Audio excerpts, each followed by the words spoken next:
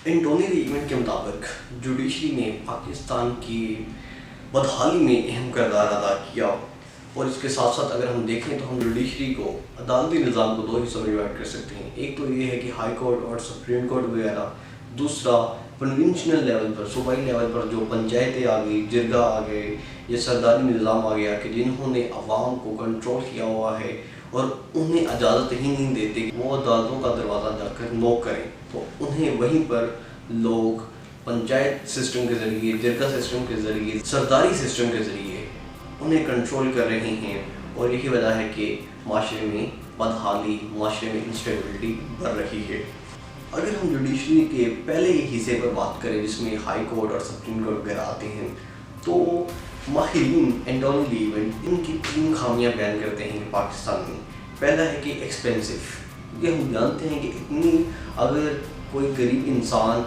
अदालतों में जाता है तो उसके पास माली वक़्त ना होने के बराबर होती है, तो वो वकीलों को पैसे दे ही नहीं सकता। और यही वजह है कि उसे इंसाफ हासिल करने में मुश्किलात का सामना करना पड़ता है। यह है कि एक्सपेंसिविज्म ये हद से ज़्यादा चुका हुआ है। अगर दूसरे ममालिक की आप मिसाल लें तो वहाँ पर रियासत आपको सपोर्ट करती है कि अगर आपके पास पैसे नहीं हैं, लेकिन यहाँ पर ऐसा नहीं है। रियासत तो खुद ही इंसानों के साथ, अपने सिटीजन के साथ, अपने अक़वाम के साथ स्टेप मदर वाला सलूक कर रही है। दूसरा अगर हम देखें तो जो रोल प्ले करते हैं वो कहते हैं कि जो अमीर तबका है, जो एलीट है, वो आसानी के साथ इंसाफ, ना सिर्फ इंसाफ बल्कि अगर नाजायज़ ज़रूरियात भी पूरी करता है। आपके सामने बेहतरीन मिसालें हैं, काफ़ी मिसालें हैं। अगर आप देखें एक कब्ज़ा माफिया हो या कोई भी हो, वो लोगों की ज़मीनों पर कब्जे करने के बाद जजों को ही खरीद लेते हैं और अपने हक़ में फ़ैसले करवा लेते हैं। ठीक है, ये आपके सामने है। तो जो अमीर है वो अपने हक़ में पासा बैठने, वो अपने हक़ में फ़ैसला बदलने का माहिर है। वो वकील, जजेस सभी खरीद सकता है और अमीर को इंसाफ नहीं मिलता। और तीसरी जो वजूहात हैं कि हम बता चुके हैं पॉलिटिकल इंस्टेबिलिटी के, जो जुडिशरी के ऊपर हमने बात की थी कि इस्टेब्लिशमेंट का रोल किसी से ढका छुपा नहीं है और वक्तन फ़ौक़्तन वो अपना किरदार अदा करती रही है। मोहतरमा फातिमा जिन्ना की मिसाल,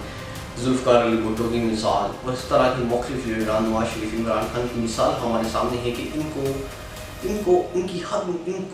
एक हद तक रखने के लिए जुडिशरी की मदद से इस्टेब्लिशमेंट अपना किरदार अदा करती रही है। और ये जुडिशरी के ऊपर एक बदनुमा दाग है कि वो हमेशा ही इस्टेब्लिशमेंट के हाथों में खेली है, जिसकी वजह से पाकिस्तान को मुश्किलात का सामना करना पड़ा है। ये हमने बात की पहले जो हाई लेवल पे कोर्ट्स वगैरह हैं, हाई कोर्ट और सुप्रीम कोर्ट। दूसरी अदालती निज़ाम जो एंटोनी रीगन बयान करते हैं कि वो जो मुकामी सतह पर लोगों ने अदालतें बना ली हुई हैं। अगर आप अदालतें ना भी कहें, अगर पंजाब की मिसाल ले लें तो यहाँ पर पंचायती सिस्टम्स, अगर आप KPK की मिसाल ले लें तो जरगा सिस्टम, सिंध की या बलोचिस्तान की मिसाल ले लें तो सरदारी निज़ाम कि सरदार फैसला करते हैं कि अगर कोई मामला हो गया है, अगर 2 पार्टियों के दरमियान, 2 ख़ानदानों के दरमियान मसला है, एक ख़ानदान ने दूसरे ख़ानदान का अफराद कत्ल किया है, तो वो कोर्ट में जाने के बजाय उन्हीं के पास जाएंगे और कहेंगे कि हमारा मसला हल करें। ज़ाहिरी तौर पर तो एक बहुत ही अच्छा नज़र आता है कि वकीलों को पैसे नहीं देने पड़ेंगे, आपको इंसाफ जल्दी मिल जाएगा। लेकिन अगर हम इसके अंदर जाकर देखें तो वाज़ेह तौर पर नज़र आएगा कि अमीर तबका भी इसको अपने हक़ के लिए इस्तेमाल करता है और जो गरीब है वो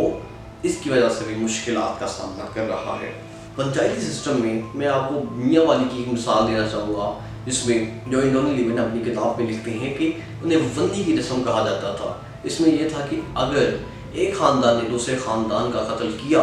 तो उसके बदले में जिसने कत्ल किया होगा उसकी बहन की शादी दूसरे ख़ानदान में कर दी जाएगी, ये जिसका कत्ल हुआ होगा, यानी कि कत्ल के बदले में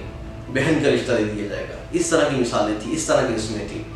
क्योंकि उसका तो कोई कसूर नहीं था कि जिसकी शादी की जा रही थी, बस उससे एक बलि का बकरा बनाया जा रहा था और इस रस्म को परवान चढ़ाया जा रहा था। अगर इंसाफ और कानून की नज़र में देखा जाए तो ये बिल्कुल गलत था, लेकिन चल रहा था और चल रहा है कि इससे वाज़ेह तौर पर अंदाज़ा लगा सकते हैं कि किस तरह की बेहिसी और बेईमानी होती है जो निचली सतह की अदालतें, पंचायतें कह लें, जरगा कह लें, इस तरह की होती हैं। और अगर हम मिसाल ले लें सिंध की, तो सिंध में हमारे सामने है कि अक्सर औक़ात ऐसे केसेस निकल कर सामने आए हैं कि क्योंकि सिंध में एक ख़ास मकदार में ہندو بھی رہتے ہیں، تو لہٰذا ان سرداری نظام کی وجہ سے ان پر مختلف قسم کی پابندیاں لگائی گئی اور حکم دیے گئے، جو مختلف قسم کے لوگ تھے انہوں نے ان پر تابع رہے، اور جس کی وجہ سے ہندوؤں پر مشکلات کے پہاڑ ٹوٹے۔ اس سے واضح طور پر پتہ چلتا ہے کہ جو دونوں طبقاتی عدالتیں ہیں، ایک تو ہائی کورٹ سپریم کورٹ کی مثال ہمارے سامنے ہے، دوسرا یہ ہے کہ جو نچلی سطح پر پنچایتی جرگہ اور سرداری نظام کی مثال ہمارے سامنے ہے، کہ یہ دونوں ہی اس وقت ایک عام انسان کے لیے سر کا درد بن رہی ہیں، اور یہ دونوں ہی عام انسانوں کو انصاف کے تقاضے مہیا نہیں کر پا رہی۔ اس لیے انٹونی لیون 2 پوائنٹس بتاتے ہیں کہ اگر ہم ان دونوں پر عمل کر لیں تو ہم معاشرے میں انصاف کے نظام کو بہتر بنا سکتے ہیں۔ اس لیے میرے نظریات کے مطابق 2 پوائنٹس ہیں کہ اگر ہم ان کو فالو کر لیں تو انصاف کا نظام پاکستان میں بہتر ہو سکتا ہے۔ پہلا تو یہ ہے کہ ہم جو بھی نجی سطح کی عدالتیں بن چکی ہوئی ہیں، پنچایتی نظام، جرگہ، سرداری نظام کا حد سے زیادہ پاور، ان کو خاتمہ کر دینا چاہیے، کیونکہ جو سردار ہیں، جو پنچایتی لوگ ہیں، جو جرگے میں بیٹھنے والے لوگ ہیں، ان میں سے اکثریت جو ہوتی ہے وہ پارلیمنٹ میں جانے والی لوگوں کی ہوتی ہے، یا کسی سیاسی جماعت کے ساتھ واقفیت رکھنے والے لوگوں کی ہوتی ہے۔ تو یہ لوگ کبھی بھی انصاف کے تقاضوں کو پورا کر کے فیصلے نہیں کریں گے، کیونکہ یہ ان لوگوں کی زیادہ سپورٹ کریں گے کہ جو ان کو الیکشنز میں مالی معاونت فراہم کرتے ہیں یا سپورٹ کرتے ہیں، کیونکہ ان کی مجبوری ہے کہ ان لوگوں کی سپورٹ کریں، حالانکہ وہ گناہ ہی کیوں نہ کریں، غلطی ہی کیوں نہ کریں، تو وہ ان کے ساتھ کھڑے رہیں گے اور ان کے حق میں فیصلے دیں گے۔ تو لہٰذا یہی وجہ ہے کہ ان نچلی سطح کی جو عدالتیں بن چکی ہوئی ہیں اور جن کی پاورز عدالتوں سے زیادہ ہے، ٹھیک ہے، ان کا خاتمہ کر دیں، پنچایتی نظام، جرگہ اور سرداری نظام کی پاور کم کریں۔ دوسرا یہ ہے کہ پولیٹیشین کو اور ساتھ ساتھ اسٹیبلشمنٹ کو اپنا رول امینڈ کرنا چاہیے، کم کرنا چاہیے، کہ ہم واضح طور پر جانتے ہیں کہ پولیٹیشینز نے بھی کوشش کرتے رہے ہیں اور اسٹیبلشمنٹ نے بھی مختلف تاریخ کے اوراق ہمارے سامنے ہے کہ کوشش کی ہے کہ وہ عدالتوں کو استعمال کریں اور اپنے حق میں فیصلے دلوائیں۔ تو ان کو بھی اپنے لیمٹ میں رہنا چاہیے اور عدالتوں کو خود مختار کرنا چاہیے، اور یہ سب ہو سکتا ہے قانون کے ذریعے۔ ایک قانون بنائیں،